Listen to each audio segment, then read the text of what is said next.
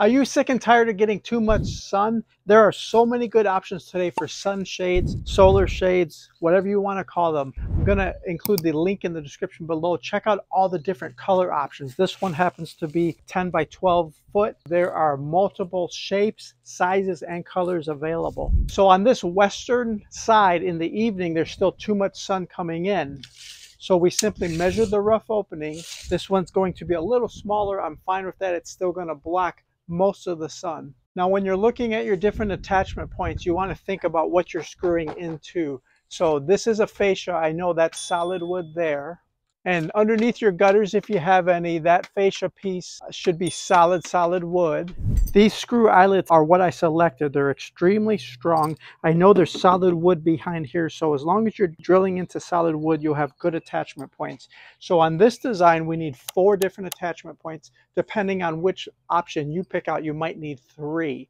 I've seen a lot of cool patio pictures too, where people do that triangle sail shape, and they put a 4x4 treated post out in the yard for that 3rd attachment point, 2 up at the house and then 1 in the yard. But this one, we have a rectangle shape. It should work perfectly with all the corners being secured.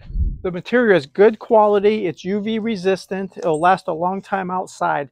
The attachment points are these heavy duty metal clips. You can use carabiner spring-loaded clips to attach to that for quick release. That's a good idea. The kit came with these easy to tie on attachments. We may use those if they're long enough. You can also opt for a metal cable. A lot of people use the cable because it's extremely strong and will hold up to even the strongest winds. The kit comes with full instructions. So when you're putting in a screw eyelet like this, it'd be virtually impossible to go right into the wood. So you are going to want to pre-drill a bit. Buy a drill bit that is slightly smaller than the threaded eyelet. You don't want it to be too large because it'll be loose. You don't want it to be too small because you won't be able to get it into the wood. By the way, if you haven't switched to an impact driver yet instead of a old-fashioned drill, check these out. These are so much easier to use. They have what's called a collet here on the end. You pop that, the bit pops right out, and you have your new bit, and that secures right in. Okay, we did a dry fit, measured the approximate location, see how we like the area that it's filling out. And we're just going to come in a few inches from the post and then match it on that house side, and that should be fine.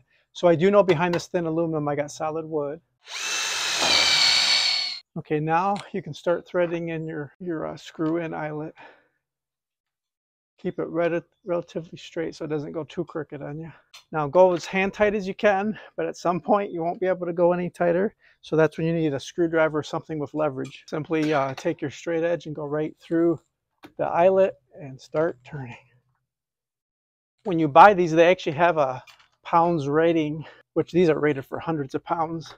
The metal cable, I think they're rated for 150 pounds. They did have braided options or clothesline options, thinner stuff that were rated between 50 and 90 pounds if you don't want to work with steel cable. So on the attachment points, it came with the nice, easy to tie drawstrings here, if you will.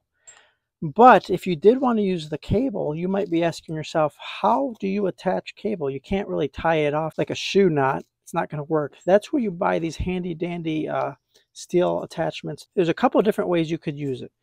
You could pull it through, creating a loop, and then you can double it back on itself.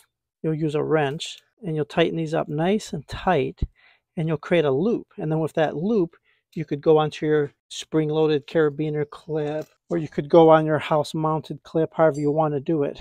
On this, I would go through the locking mechanism first, then go through the shade clip, go back through the locking clip, and then you're going to get out your wrench and you're going to tighten that up.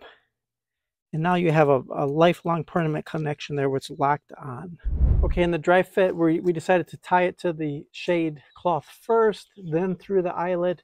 And this way it'll be so easy for us to adjust the distance in each of the corners so they look somewhat symmetrical.